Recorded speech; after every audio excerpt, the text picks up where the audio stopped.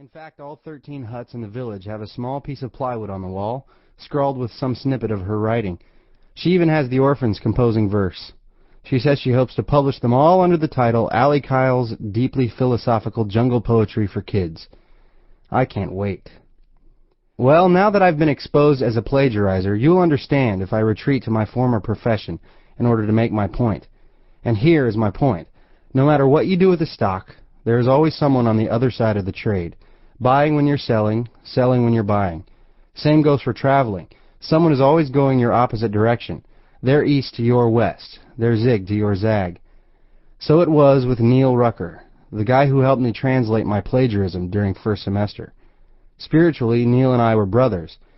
Relationally, we were single, though I was the one with the girlfriend, which is a bit strange because strapping, brown-eyed Neil was not only better looking than me, he was also friendlier and had been maturing in the faith ever since Algebra 1. My buddy Neil is still all those things, nice-looking, friendly, spiritual, although as his story progresses you'll understand the unpredictable nature of maturing in the faith. I met Neil in language school in Quito, Ecuador. Neil taught. I sat in the back row. I had to go live in that sun-baked 9,000 feet above sea level capital city from March until June, mainly because my mission agency made me learn Spanish. Neil's big mistake began when he befriended one of his students, namely me. Neil mentioned to me that he had an 8-week furlough coming up and that he was looking for a place where he could find some good weather, a part-time job, and quick access to a beach. And since he was single and had not been on a date in forever due to his linguistic service to the mission field, a rich environment of church-going young women would be a nice bonus. He would get his nice bonus. You see, I knew of a few church-going women, and I told brown-eyed Neil where to find them. The rest was up to him. If you asked Neil today, he would tell you his furlough was in 3D. Dates, delirium, and disaster. I provided the dates, the Greenville girls provided the delirium, and Allie, well, she provided the disaster. What I did not know at the time, given that I was 4,000 miles below South Carolina, was what had gotten into those girls since I'd left Greenville. Something to do with biological clocks, perhaps? Act 1. Send him to the island of misfit toys. An unidentified elf. Chapter 1. While the last of my 14 missionary students toiled and sweated over his final examination, I remained seated at my desk, feet propped up, reading a paperback that instructs single people how to live victoriously. Only J. Jarvis remained in my classroom. The other students had already turned in their papers and left to go celebrate, confident in their newfound ability to communicate with South America. As always, it was hot in our stucco school on the corner.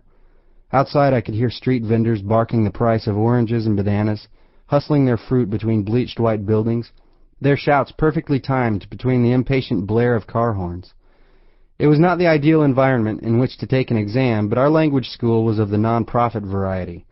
We were fortunate to have the ceiling fan. Jay kept wiping his brow, rechecking his pages. Nervous, that guy.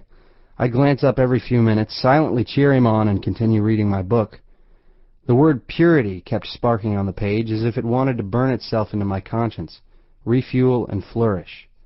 In sizzling equatorial Quito, I'd been pondering words like purity on a daily basis. Here I'd lived alone for my 28th and 29th years while teaching Spanish to God's servants in waiting, and lately the days themselves had seemed combustible, one flaring into another below the lofty peaks of the Andes. On a good day I would go to great lengths to live a life of purity, to the point of imagining all lustful thoughts burning crisply, like some dried-up Latino newspaper. On a bad day, the searing imagery would duke it out, and lose, to a scorching, black-hearted nemesis.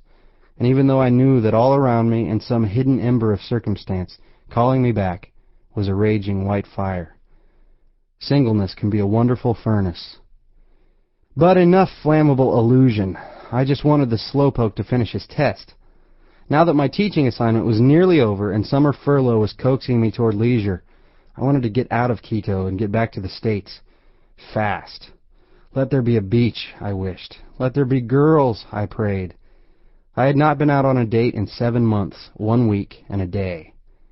Now, whether or not this was my fault was a source of daily deliberation. Perhaps being the language teacher in a school for missionaries doesn't ring of long-term stability, Or maybe I was too straightforward. Or maybe the black-hearted nemesis was messing with my head. Regardless, all that stood between me and furlough was my worst student, still fidgeting there in the back row, still hunched over his desk in a University of Texas t-shirt, still trying his blonde-headed best to finish the exam. "Hurry up, Jarvis." I drifted in and out of my book, mostly out, my thoughts waffling between furlough and females. I didn't mind being one of the few unattached people in our school, except for when I'd catch couples holding hands while I was teaching. Those glimpses of bliss would invariably stir up the longing for companionship, reminding me that pillow talk with myself was always so lopsided. Daily I spoke with God about these and other matters, though not in an empty classroom or a lonely church pew or while kneeling beside my bed. No, my theaters were airy, less formal, and very well lit. In a word, rooftops. While my student continued to waffle over page 3, I left him to his exam and stepped outside. Our school had an old pull-down fire escape, and its creak was always the same when I reached up and yanked, a high squeak groaning into a deep moan. Hand over hand at lunch hour, I climbed up rusty iron stairs, past both floors and to the flat roof of our language building. To the east, a range of green mountains impaled the clouds, shadowing Quito without remorse. Within seconds, it was as if I had an appointment. A band of yellow rays broke through the clouds, splintered in their passage, but still effective in their effort to roast me. I'd been doing this ever since I'd seen a man addressing the Almighty from atop an apartment building in Mexico City. The guy would go out onto the roof 3 or 4 times a week and just blather out to God whatever was on his mind. The effect wasn't lost on me. From a rooftop, my words could spew out like steam evacuating a pot. A pot, of course, being inflexible and in need of frequent washings. From a rooftop, I didn't have to keep my voice down. From a rooftop, I was closer. Here, closer smelled like river rocks and raw vegetables. Knowing that I would soon be leaving Quito, I breathed deep its aroma and savored the exhale. Soon I moved to the far corner of the building, nearest the mountains, and stood on pebbles and tar paper. After 5 years spanning many roofs, I had yet to fall. Now, as was my habit, I turned my back to the rays and raised my voice toward the highlands. "Hey! Before I climb down and grade Slowpoke's test, I just want to remind you that it was you who said it was not good for a man to be alone. Did you mean a young man? A middle-aged man? Speak whenever you like. Pillow talk with myself. Is this all there will be?" Propelled into thin air, my words echoed off a mountainside and settled upon steep, slanted fields, all heavy with crops. From my left, a pigeon swooped down and landed on the edge of the roof.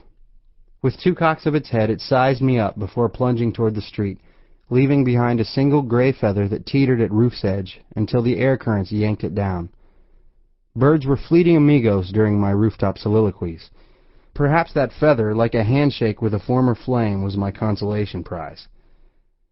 You know how Latino women in tight tops affect me when I pass them on the street. Do my offenses exhaust you? Come on, surely they'll exhaust you at some point. I took a breath and watched 2 clouds waltz around a mountain. Even the atmosphere had paired off. So, would it ruin your plans to let me meet an interesting woman? I mean, even Jay seems to have found a woman. And does it tick you off to have to listen to my same request over and over? I hope not, because I plan on repeating my request often. At least until you answer. And that was all I said, only I repeated my petition in Spanish, just in case being bilingual helped. Then I stood in that equatorial sun, listening for the voice that always seemed to tarry, hoping for some hint that I'd been heard. But invariably my thoughts became 1,000 immigrants arguing in 100 languages, and if one of the voices was God, he was lost in the static. So I turned my back to those mountains, peered down at the bustling street, and wondered how I might insert myself into promising circumstances. Although today, as was the case most every day when I stood on the rooftop, I was certain that promising circumstances, like those waltzing clouds, would be slow afoot.